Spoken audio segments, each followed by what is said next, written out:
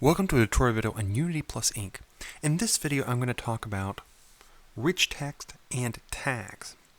We're going to start with tags though and then build into rich text as a way to use those tags within Unity.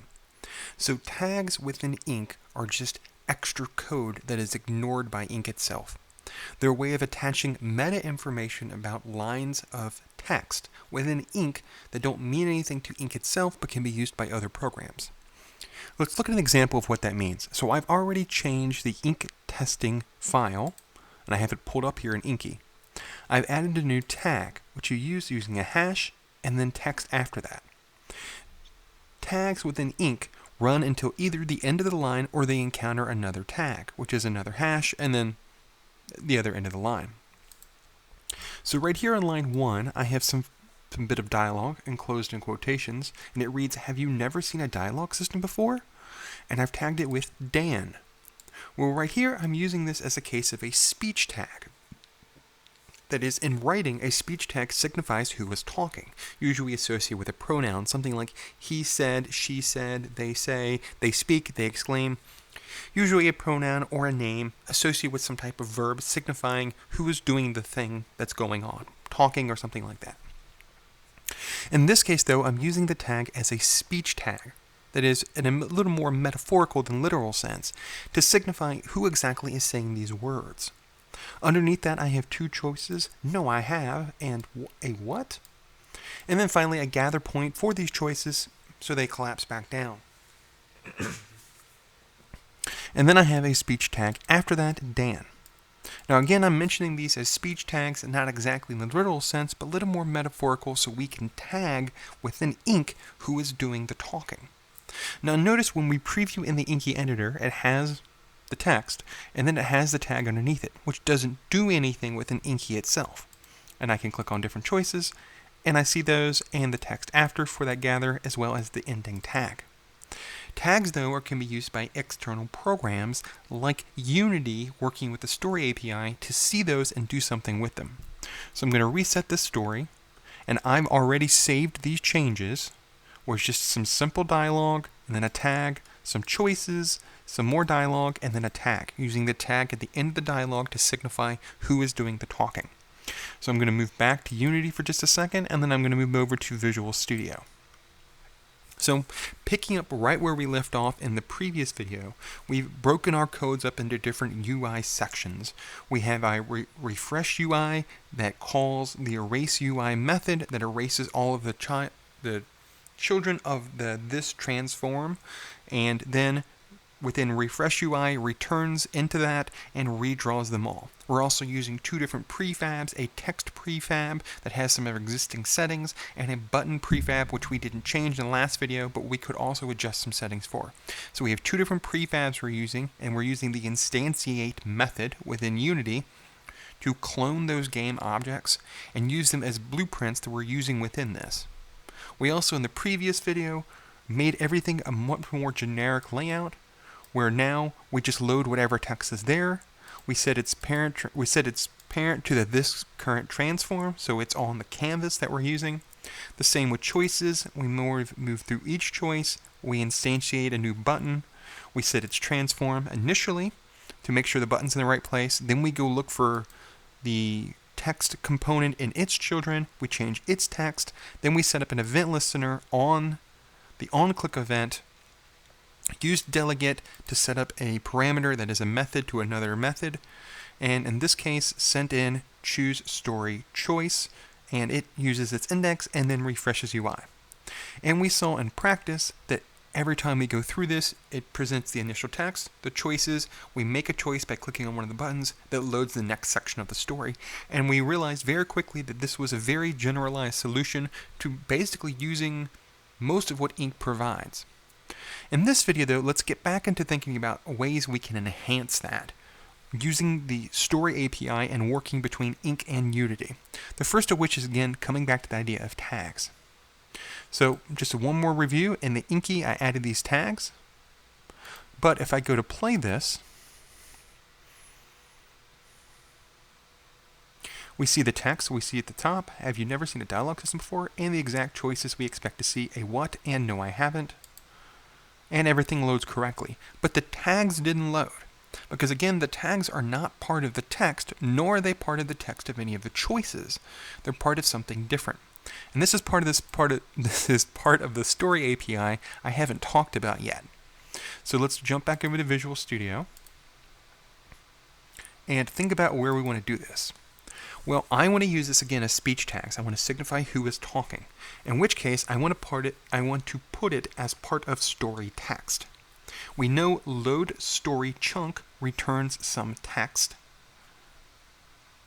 Down here at the bottom, it returns a string, or an empty string if nothing else. So what we're going to do then is we're going to, instead of immediately setting this text, we're going to sort of interrupt this process a little bit. We're going to say string text is equal to load story chunk, and set this is equal to text. So we're basically doing the same thing we were doing before, but now we've added a new step. This new step, though, allows us to work with the current tags and do something with them. So I'm going to create an initial list of string objects called tags is equal to story dot current tags. Now the reason I've done this is if I place the cursor over current tags, we see it is a list containing objects. The objects that it contains are strings, and it says gets a list of tags as defined with the hash in source that were seen during the latest continue call. So like everything else, when we call continue or continue maximally, it loads the next chunk of the story, whatever it is. So notice we're doing this after the load story chunk call, that method, because that method will call continue maximally. It will load the next chunk, and current tags, like current choices, will be populated by whatever the current tags are as associated with that text. And we have a list of string tags that are now equal to this. So I'm going to do then is I want to change text. So I want to say text is equal to, and now I want to say, okay, whatever the first tag is, so tag 0 plus, let's say a hyphen with a space on either side, plus text. So what we've done then is we say, okay, if there are any tags, or the first tag in all of this, take it and put it at the front. But notice I just said if there is.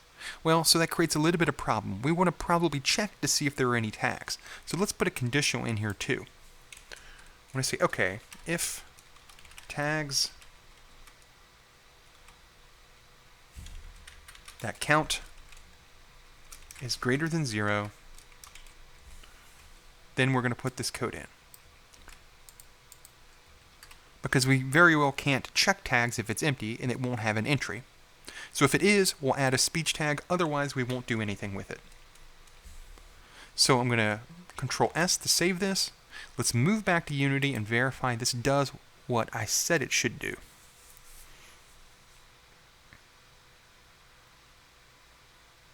Well, now we have you. Have you never seen a dialogue system before? Well, that's very interesting, right? What's happening there? Let's move back to this and look at tag 0.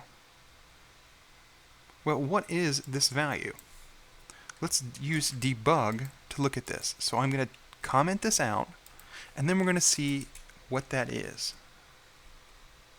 Oh, actually, I just noticed the problem. I wrote tag instead of tags. So let's put tags. And now we realize this is a list of strings. So I was about to debug, but then I noticed a problem. That's pretty standard practice when we're working with Unity. Maybe you mistype something as I just did, and then you use Unity to work back and figure out what that problem was.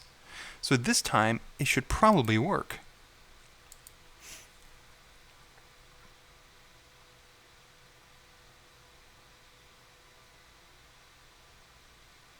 And now it's working exactly as I said it should. So anytime there's a misstep, double check what the code you're doing, come back, look it over, make sure you didn't mistype something as I just did. So now we have our speech tag. Dan, have you never seen a dialogue system before? And this is signifying that Dan is saying this. So if I click on a what, then we see it again. Dan, no, I have. Well, that's not quite what we want. In ink, we don't want this to be the response from Dan, this is the response from the user. So let's drop out of play mode and go back to ink to fix that. Pulling back up the Inky editor, now we have to think through how we want this to appear.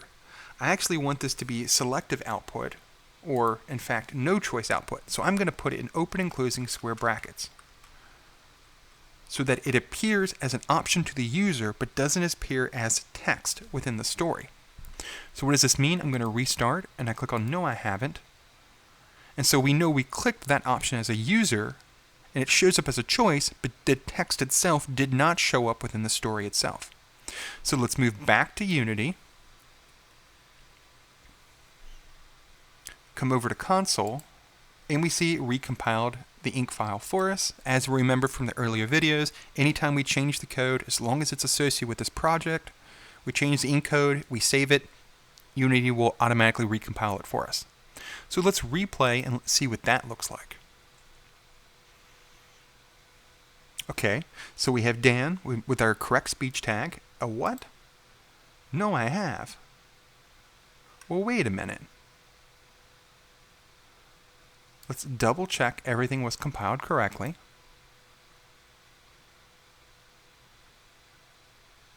Uh-oh, our code's not the same. This doesn't look the same. So I'm going to Control S, resave this. Aha! Notice I didn't save, and that was the issue. So always remember to save in Inky and save in Unity. Constantly save the files to make sure everything's updated. So let's double check that it knows this. Oh, right. Now this code is correct. Again, common errors. Make sure you're typing things correctly and make sure you're saving files.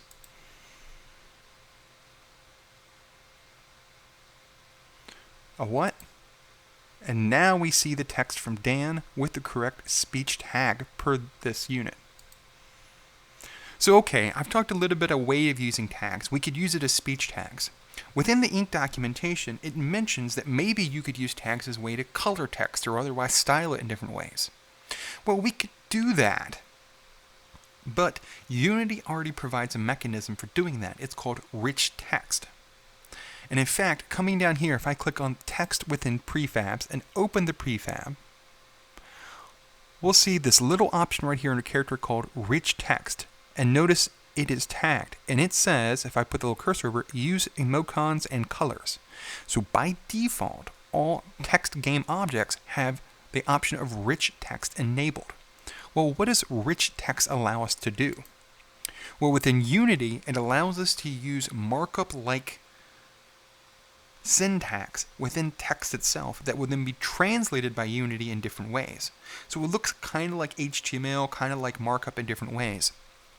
But what we know, though, is then we could write it in Inky, have it passed to Unity, and have Unity do something with it. Let's look at this in practice. So okay, I'm going to pull up this Inky file again, and now I'm going to use some rich text. Well, in this case, the rich text shares the same markup as HTML markup, which we can use within Inky. So I've used I for italicized, or in this case, an emphasis. And I've put it on the word never, opening and closing tags, just like HTML. And notice over here in the preview, it's also italicized. Now I want to make sure I file, save project, come back over here, double check my file. Yep, everything's saved. And now let's play this again.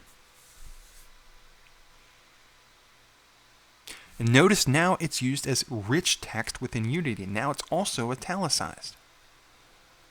Well, that's pretty cool, but what if we wanted to do bold around whoever was speaking? Well, we can do that too. So now let's mix in text within code itself. And use B for bold, plus this, close out the tag. So opening tag, whatever the current value of tags 0 is, whatever it is, and then the hyphen, and then the text. Control S to save. Again, remembering to save our files. So let's come back over to Unity, and now let's play this.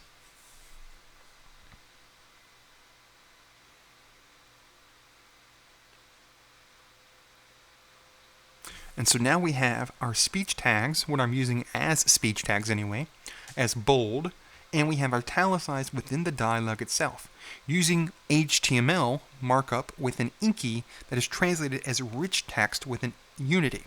Now, it's actually worth looking at the rich text documentation on your own and looking at the different options you have. One of them is italicized, bold is another, I and B in these cases. We can also use color.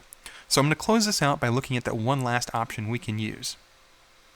So within Inky, I'm going to pull this up and I'm going to use color. In this case, I'm going to write color equals gray and close out color.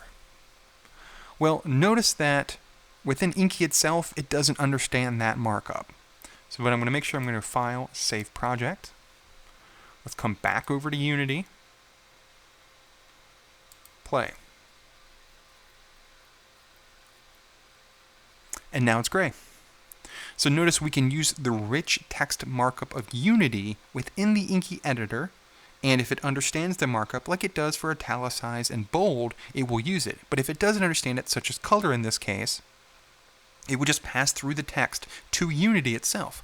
Unity itself, because all text objects by default have their rich text enabled, allow us to use that rich text options, in this case the color markup, to color our text. We also have our italicized, and we're using our speech tags on top of all of that. And then we also saw that if we didn't want Dan, or whoever the speaker was, to speak the lines of the options within the preview, we made sure it was selective or limited that output. So let's review this real quick. Within the Inky code, or in the code I'm using with Inky right here, we started adding some rich text markup. That's part of Unity that we're now using in Inky to write it, knowing that the code is going to be passed to Unity itself and Unity will parse that. However, some of the markup actually exists in both Ink, or in this case, in Inky and in rich text options within Unity itself. The first of which was I, and then we also saw I used bold. In this case, we used I to italicize never. Then we used the color markup to signal which things we wanted to be a different color. And we put the tag at the end. Tags within Ink start with a hash character, and then whatever it is, and they either run to the end of the line in which they end, or if they run into another tag. And we saw these signifying who I wanted to say these lines as Dan. Then we saw our two different choices, which would not show up within, would show up as an options, but their text would not show up within the story. And then finally, we saw a gather point with the same person put that down there. And then when we played this, we see it showed our tags and what the text would look like. I'm going to save that just to double check. Then moving back over to Unity within our Visual Studio, we started working with current tags. Current tags works similar to current choices, and it has all of the current tags. But like current choices, it only works after being populated by calls to the method continue or continue maximally. So we broke up our code right here that used to be a single line where load story chunk returned text that was set to story text, which used to be what is now line 40, but is now an extra text. Then we get the list of strings that are tags as part of current tags.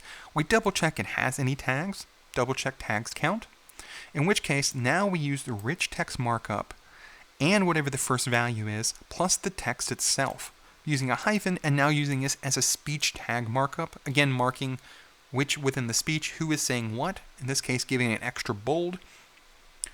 Then we're setting the text back to the story text or the text of that text game object. And then nothing else was majorly changed within this. Then we saw when we ran this within Unity, we could combine not only the tag system to create speech tags within this, but also use rich text markup. Have you never seen a dialogue system before here? Italicizing never, and setting dialogue system to a different color, using the default rich text option within text game objects to allow us to add extra markup to our code, knowing that if when we write it in Ink, it will be passed directly into Unity, and Unity will parse it for us. So we've combined tags and rich text to build slightly on the much extended code of the previous video, but adding just a little bit greater emphasis to how we're writing things and the additional dialogue options we have when now we're building towards a dialogue system of selecting options and having the game react to different things we do. Thanks for watching.